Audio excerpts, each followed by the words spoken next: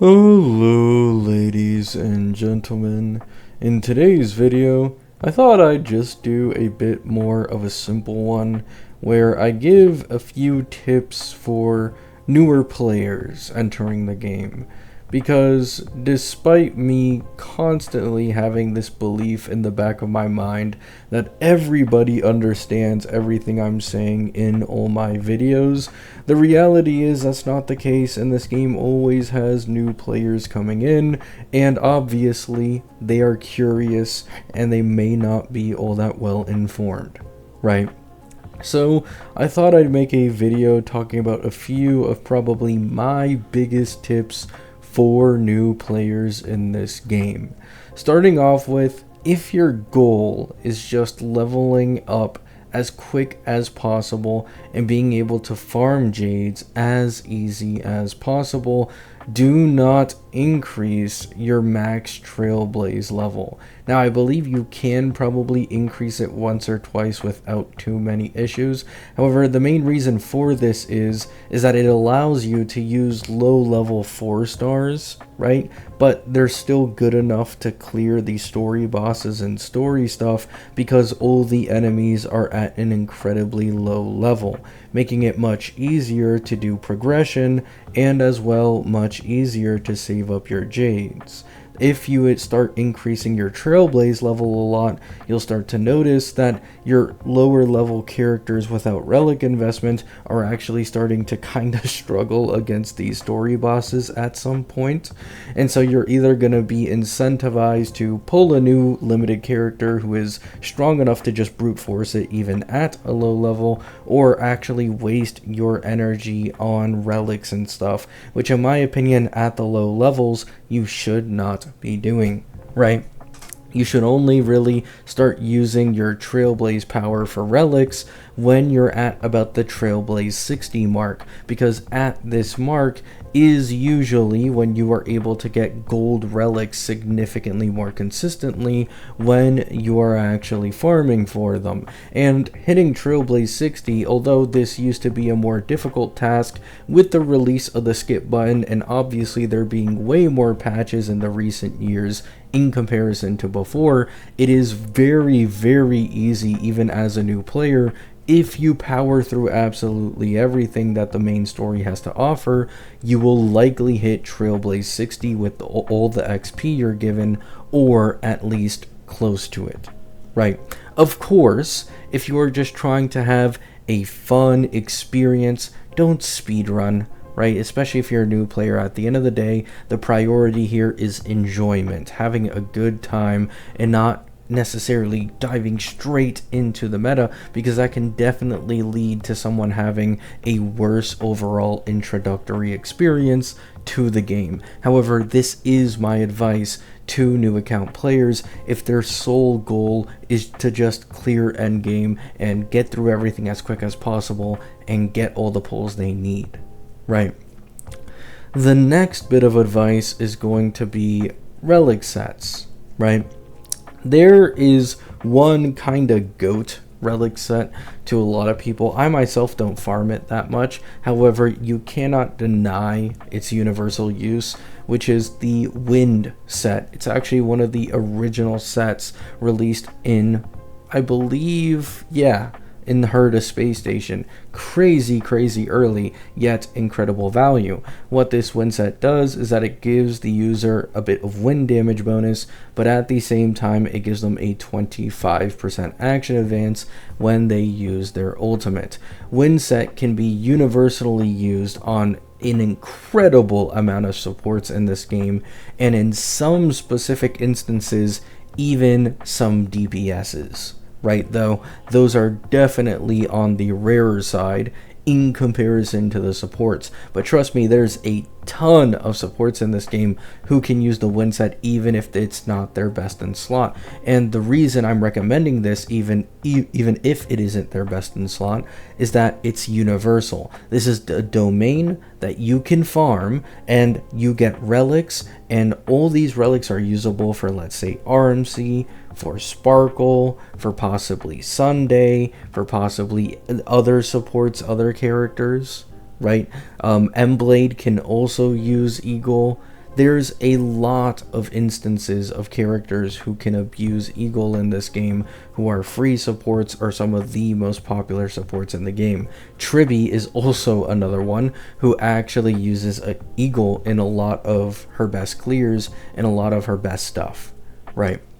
So the win set, the Eagle set in HSR, is definitely the top priority in terms of support relics.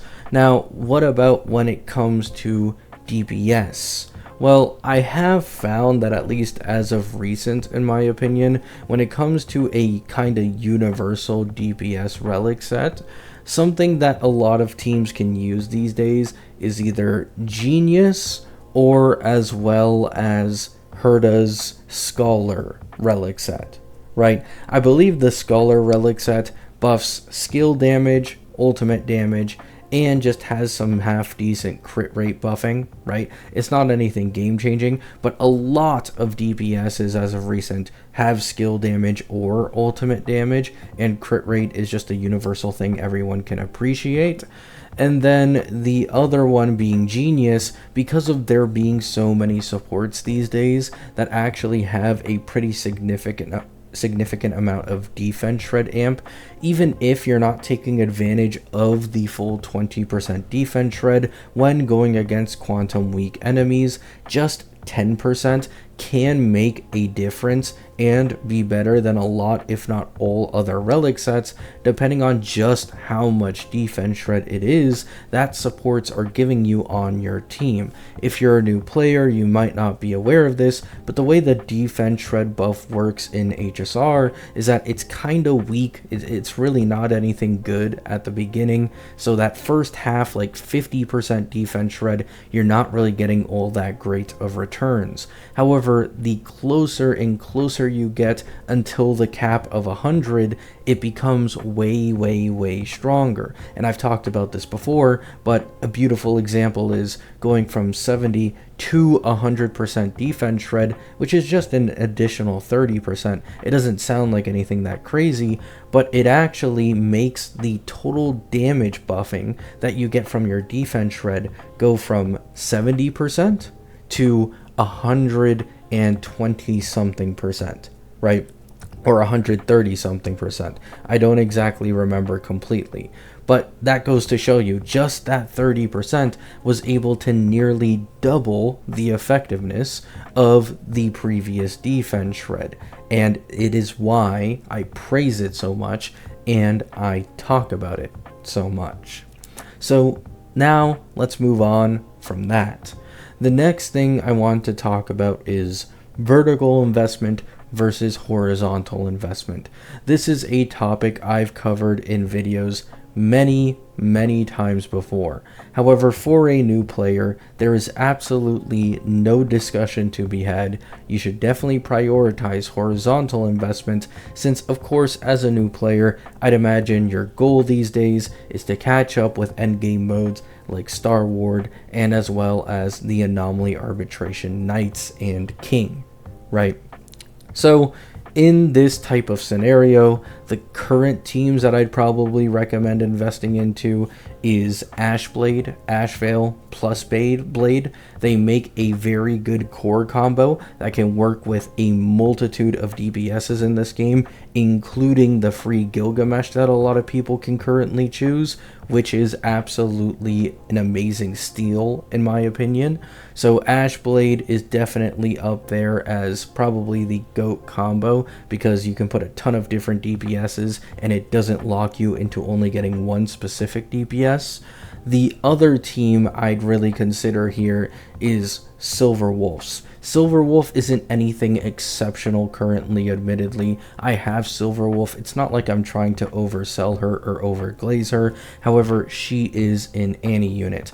I have had this belief in me since Acheron's release that this game will go out of their way to make sure that the anniversary characters team is absolutely decked out and incredible at clearing endgame content with its full team by the end of a patch, right?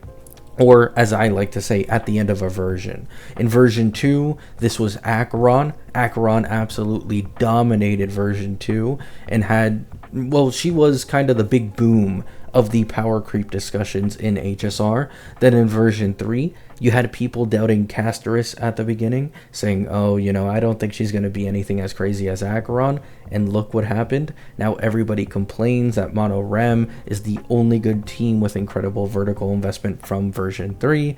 And then people are doing the same thing now in version 4, underestimating Silverwolf, in my opinion, saying she just doesn't feel the same, or, strength-wise as Acheron when she released, or Mono Rem. But I bet you by the time she gets her finalized team, she is probably going to be one of the best options to invest into in this entire version. So yes, I would actually recommend that people pull Silverwolf as another team, right? Now, the third team here is a bit ambiguous. The reason I say this is it's hard to say, because you do have Sparksy main DPS and Evanesia, but I don't feel comfortable recommending these two, mainly because one, Sparksy and Evanesia aren't main pushes. If you are a new player, you might not understand this entire main push hoopla. Main push usually implies a character who is given extra care, extra detail, and as well as extra advertising. And so just passively, they receive this increase in likelihood that they will get a dedicated team for themselves. They will get limited new characters who synergize with them in order to really make them pop.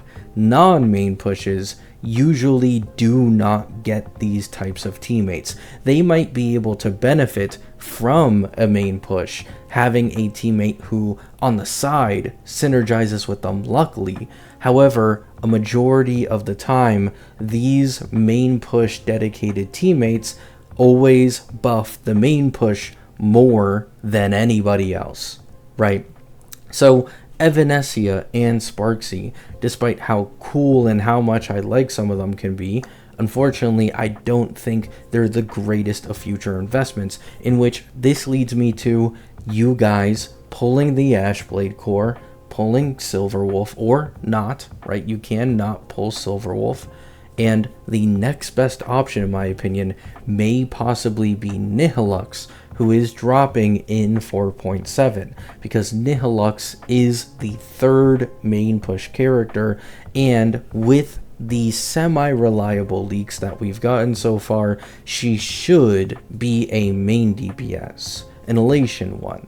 So I would like to say that Nihilux may be that next best option for an Elation main DPS if Silverwolf maybe doesn't satisfy you given the information we currently have. But keep in mind, yes, this is semi-reliable information. Nihilux is decently far away from being released, so nothing is actually set in stone, and everything I'm saying here could be wrong. However, the at least 2 solid teams I can recommend for your 3 of clearing endgame content is Silverwolf's team and is an Ashvale and Emblade team, right?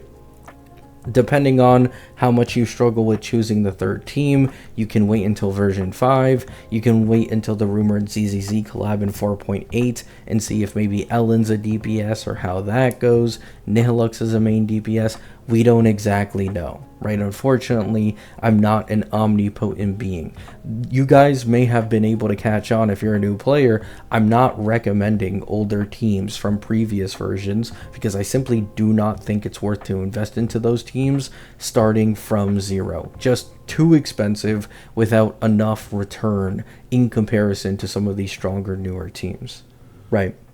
So we've talked about relics. We've talked about the optimal way to level up and farm your jades as quick as possible. And now I've talked about how horizontal investment is what I'd recommend for a new player, investing into certain teams, different teams, to get you started on clearing endgame content. Now, the last bit I'm going to add into this video is for the players who have followed everything I've previously said, and now I speak about vertical investment. Do not blindly fall into the propaganda of this game's light cones, right? I have noticed that this is a pretty big thing that happens with more so casual players, is that they will drop 80 to possibly, if they lose that 75-25, 150, 160 pulls for a signature light cone that isn't really worth it, right? So let's get this out of the way. As of version 4, a majority of characters gain more from their early eidolons than their light cone. Yes, the light cone banner is a 75-25 and 10 less hard pity. However, on the character banner, you are significantly more likely to get 4-star characters, which give you more pullback than the light cones do. So this 10 less hard pity thing actually doesn't end up being all that much better in comparison to the pulls you have to spend on a character banner. And then of course there is the 50-50 and 75-25 difference. However, that's the thing. This isn't like WUWA where you have guaranteed signatures, and so you can go and invest into weapons without a worry in the world. There's a possibility that you lose on the light cone banner, and instead of having the ability to use your guarantee on an extremely meta upcoming character, it's instead stuck on the light cone banner for something that you can't really invest into all that well unless you have the character with the light cone, right? So this is why, in my opinion, pulling light cones in HSR these days is simply not worth it. And my free-to-play account is full proof of this. I do practice what I preach. My free-to-play account, until recently I believe, has not pulled a light cone since 3.4. This was over a year ago. It doesn't show up on my light cone pull history, right? And the light cone pull history is for an entire year. So you can see I practice what I preach. A lot of characters like Evanesia, like Ashvale, like Emblade, like, I don't know about Silverwolf. Silverwolf might prefer her light cone more, right? But like Sparksy, a lot of these characters, including Yao Guang, Yao Guang's the same. All these characters prefer their E1 before they like their light cone. And then even if you lose on their E1, guess what? You now have a guarantee. You can decide, do I want to use this guarantee for a different character, or do I want to use this guarantee and keep going for the eidolon? You get so many better choices if you lose on the limited character banner. And then there's also the fact that the limited character banner has 50-50 losses with certain limited characters, which may be able to open up more team options, right? In my opinion, the character banner is absolutely a no-brainer, and eidolons are much better in the current day for investing into your characters than light cones. Now, this doesn't apply universally. Himeko gets a pretty sizable jump from her light cone, and in certain teams where her supports are defense shred ampers, she probably has the largest light cone jump in the entire game, because her light cone gives her 32% defense shred just straight up, right? But she is kinda an exception in my opinion, and even then, her E1 investment can be competitive, if not better than her S1 investment in certain teams and in a lot of scenarios, and then that E1 puts you closer to her E2 as well, and this is going to apply to a lot of DPSs in this game. When you get their E2, this is usually their biggest early investment that makes them like twice as strong in comparison to their E0 forms. This applies to Silverwolf, this applies to Evanesia, this applies to Aventurine, this applies to Emblade. Unfortunately doesn't apply to Ashvale, but it's quite obvious why. It would just be too strong if Ashvale also had as strong of an E2 as Emblade, considering they're on the same team, right? But you kinda get the gist here. You should always prioritize, or almost always prioritize, E1 investment and E2 investment, depending on the support's eidolon value or the DPS's eidolon value over Lycones in most situations. If you're not feeling completely confident in your understanding of which is actually better, you can obviously go on YouTube and look up people's guides that may have calcs. I found personally that the only person I really watch guides wise on YouTube every once in a while is Guoba Certified, since he does actually include calcs quite often for new characters dropping and how good value in percentages that you can easily understand something is over another thing, right? So I'd recommend checking him out if you're really worried and you feel like you're a little too overwhelmed in trying to understand all of this too quickly. So that was a lot of yap. I feel like that was pretty long. I'm imagining this video is probably somewhere around 20 minutes. But yeah, I mean, that's just some not so quick tips for new players entering this game that I feel like may be able to help a lot of you if you're trying to get into the meta side of things and just getting some teams started to clear endgame content. Love you all. Hope you have a great day. Hope you all have a great night. Peace out.